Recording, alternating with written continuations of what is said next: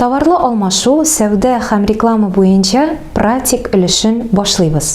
Балалар, сезнең күз алдыгызда төрле фирмаларның, компанияларның рекламалары. Игътибарлап шул рекламаларны карагыз. Нәрсәгә сез иң беренче чиратта игътибарладыгыз? Төскәме?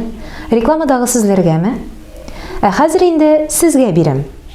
Мәктәп ашханәсенә рекламалы плакат ясарга кирәк.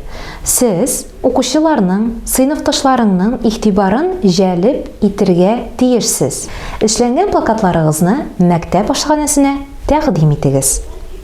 Хәзер инде сәүдә, товарлык алмашу һәм реклама буенча практик өлешебез тәмам.